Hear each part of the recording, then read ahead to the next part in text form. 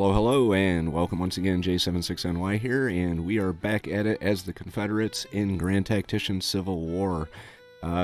It is December 17th of 1861, and the Union shows no sign of letting up on their aggression, so we may have to switch roles and go on the offensive here. We can't really afford to be sitting in place if they're going to continuously hit us, particularly in this area here. The D.C. Baltimore metro area, or what will become the D.C. Baltimore metro area. They've hit us here, but my thoughts are, with what they have and what we have, if we push them back down, I don't know if we could trap them down here or take Washington, but if they're going to keep hitting us, we're going to have to do something about it. We have the Army of Northern Virginia up here, 20,000 men under Pickett. We have the Army of the Shenandoah under Joseph Johnson. And this third army here that I can't click on. Army of the Shenandoah. Hang on. Army of the Northwest, there we go, under Lafayette McLaws. 24,000 men. 18,000 men, so we've got probably about 70,000, maybe a little shy, as opposed to their, that's 37,000 men. Oh no, it's not. They aren't letting me, there we go, 21,000, and, well, whatever. Anyway, I was looking at the Army of the Northwest here under McLaws.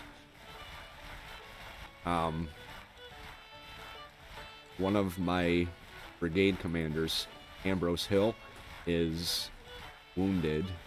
Actually, I think that's a division. So what I was thinking about doing was replacing him, but I don't have a whole lot of generals to go with. So I scroll down here to look at some of these guys. Most of them are unknown or little known, very cautious, all of them, except for him. We've got renowned fame. He's aggressive, skilled administrator, and a professional artillery officer. We also have, well, Leonidas Polk, but he's passive. So what I was thinking about doing was replacing him with this lieutenant. I don't know if that'd be a good idea, because it does drop our stats down through here. I really wish there was a way you could assign perks to your brigades outside of the battle.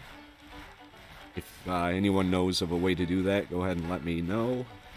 But for right now, we are going to promote. We're going to promote him all the way up to colonel. And we are going to assign him to the brigade. So Pelham, who's now a brigadier general apparently, is now in charge of this division. Okay, sorry, division. I'll get it straight once in a while here. And we've also got out in the west a situation with Nashville over here, where we were pushed out of Nashville. Army of the Tennessee, who held it, they got shoved right out, and now the Union holds it. We do have Tatnall's squadron up there. He is blockading, so I don't think they're going to get any supplies. But they do have two depots right here, which should be ours. Eventually I'm going to send the Army of the Tennessee in. Like I said, if the Union isn't going to sit back and let us winter the cold weather, then we're going to have to do something about it. Over here we've also got, I believe it's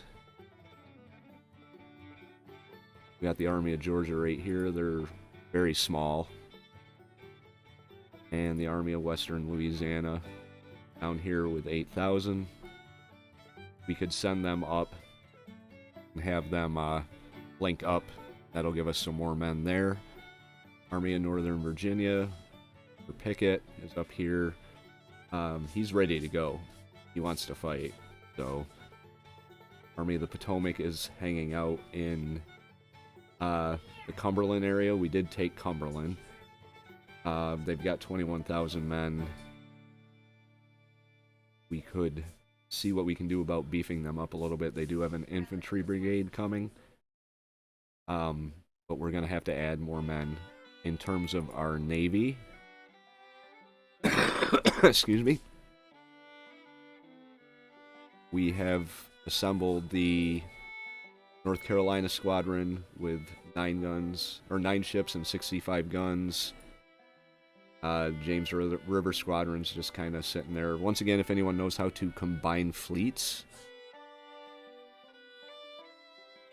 which I haven't been able to figure out how to do, if you can even do it, let me know in the comments down below, because it would be kind of helpful to have the ability to just combine these all into one big fleet and send them up to deal with these blockades here. So let's take account of our guns here. We've got 1 ship with 6 guns, 9 ships with 65 guns, so 10 with 71, and 14 ships. So that's 25, about 100 guns. So we would be going up against a whole lot of units out here. 11 ships, 119 guns. 7 ships, 191 guns. So we're outgunned. And they have been blockading the Norfolk area since the beginning of the campaign. They don't have anyone down here, so we could possibly send up our fleets to lift this blockade, if that's how it works. I've never really gotten into naval combat, so we shall see. But anyway, that's what I've been doing. I've been advancing time a little bit, and each episode we've gotten into a battle, even though I wasn't expecting it. I thought winter quarters meant everyone just sort of hunkered down, but it's not looking like the Union's gonna settle for that. So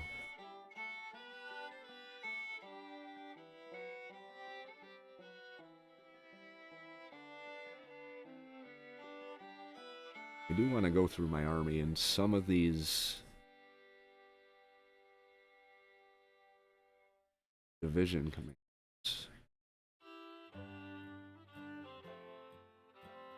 might want to replace them. We've got Sterling Price as the Major General. Legendary Cautious expiring. Joseph E. Johnson.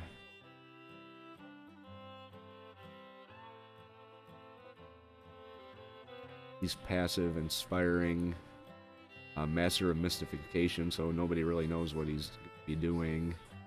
There's Stonewall Jackson. The problem with him is he's got a feud, so when I tell him to do something, there's a good chance he's going to do what he wants. But it's Stonewall Jackson, so I don't really want to replace the guy. Getting a little too sentimental about these guys. Alright, Philip St. George Cock.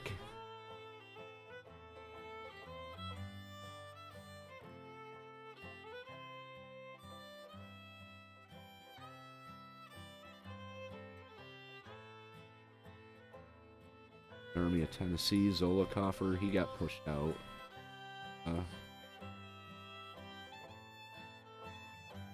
I know Robert E. Lee is in here somewhere. Get rid of these garrisons. Just go with the armies. Three in the northwest. Claws. Rising Star. Missouri State Guard, Price, Shenandoah, Walker. See how he is. Renowned, active, inspiring, foreseeable cunning. Army of Western Louisiana under Bonham. Cautious, distinguished, foreseeable.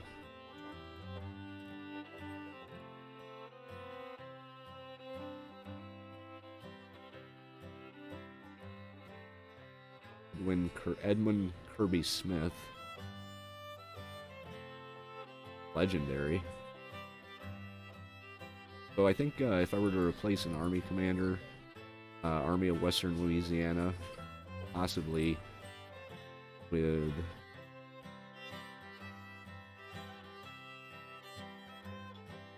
Porterfield. Legendary, he's passive, foreseeable, unpredictable, and aggressive, but little known. I'd be replacing someone with renowned fame, but he's cautious, so I think I may just leave him as he is for now. As far as our policies go, we are currently researching Diplomacy 2. That'll give us further subsidies up to $500,000 in Enfield musketoons. At some point, I'm going to have to bite the bullet and come over here to just take up the financial side of things. Make sure we keep our credit rating up so we can recruit new troops. But right now we've got 22 days on Diplomacy 2. Looking down the military road. See what we can do. Military 2. Larger armies. See, I don't think I've even... Yeah, I do have military 1. But that isn't opened up. I think...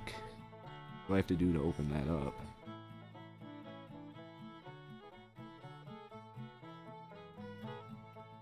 Militia Act 3.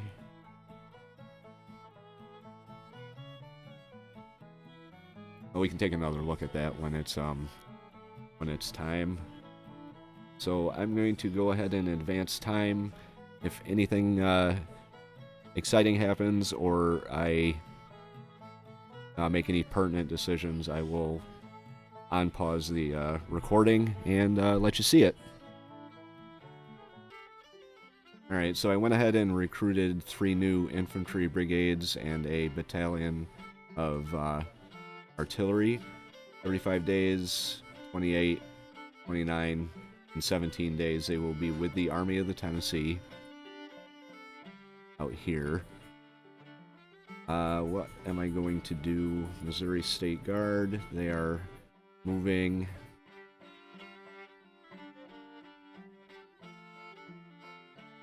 I know there was one that I was going to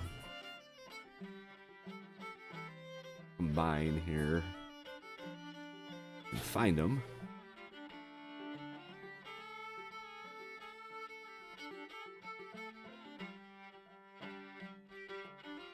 Let's see, Army of Georgia, way over there. Leave them in Georgia for now. Army of Western Louisiana.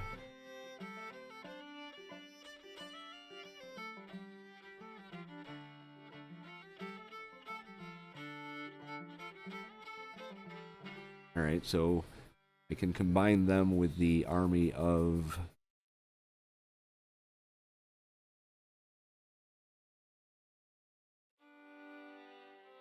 Army of West Tennessee. Alright, so the Army of Georgia.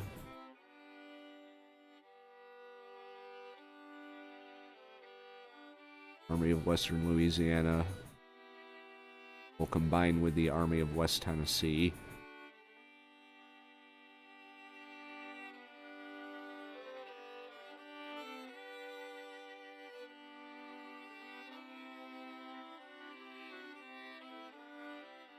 Alright, if I can figure out how to do this.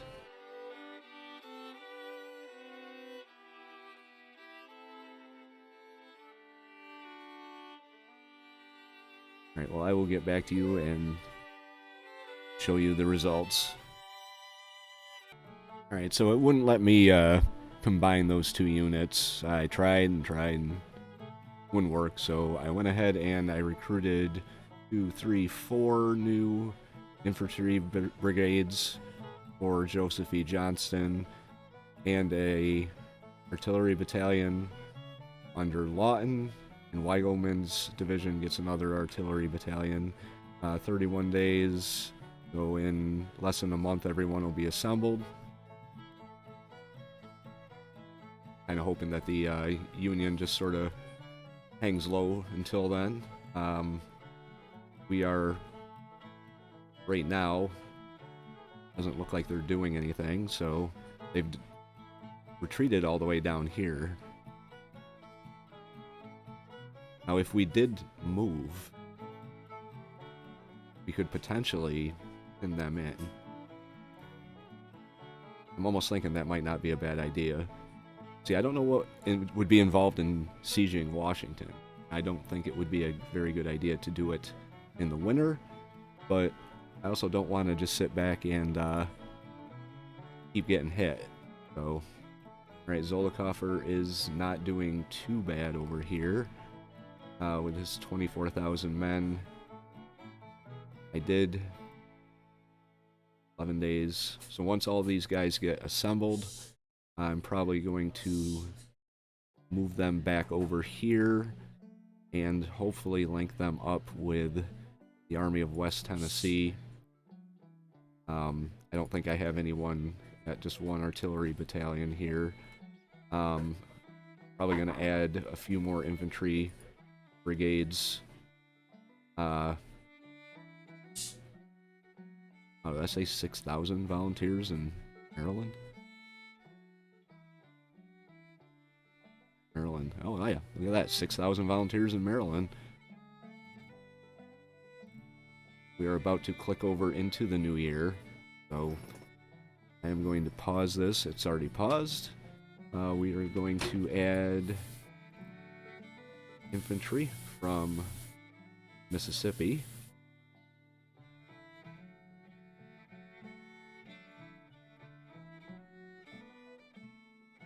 And we are going to equip these guys with Enfields, or Lorenz and Enfields. Alright, let's see, add...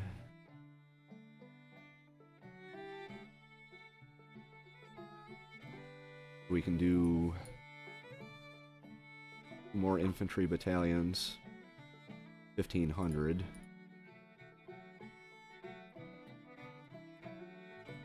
The last Lorenz in there.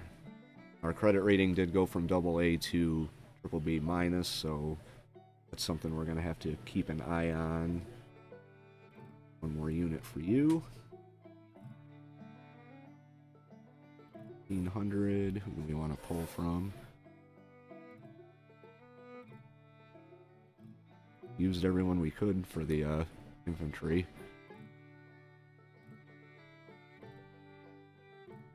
Cancel that order for now. I didn't know we had 6,000 willing recruits in Maryland, so I'm going to take advantage of that, definitely. We might actually see, we've got 22,000 here. Looks like everyone that's with him is going to be with him.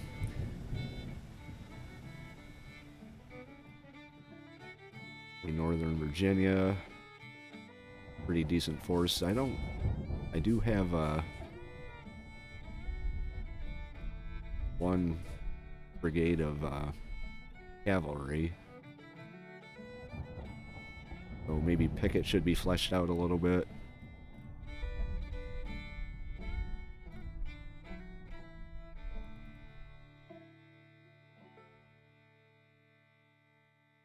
The Army of the Shenandoah, you are waiting for your recruits to arrive.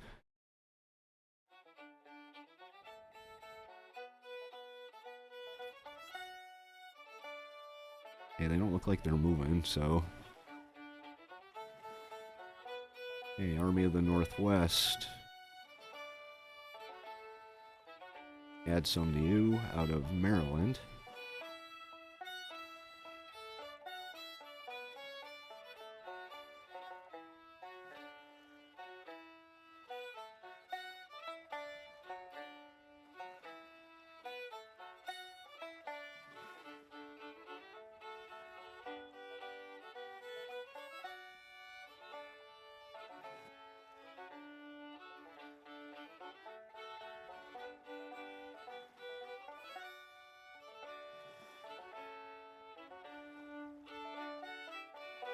Oh, I forgot to upgrade their rifles.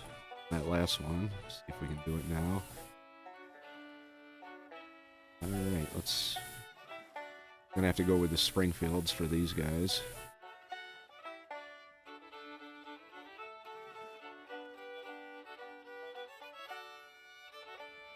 And...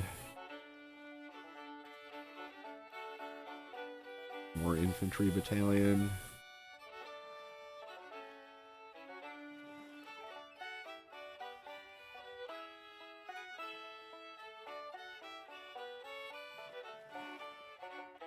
And then we need 2 artillery battalions. Let's see if we can pull them from somewhere close.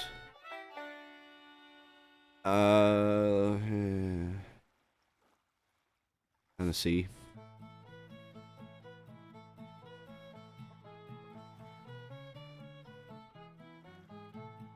Oh, I don't have enough.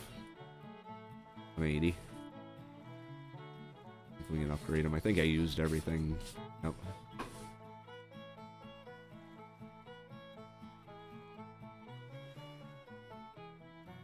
And then one more.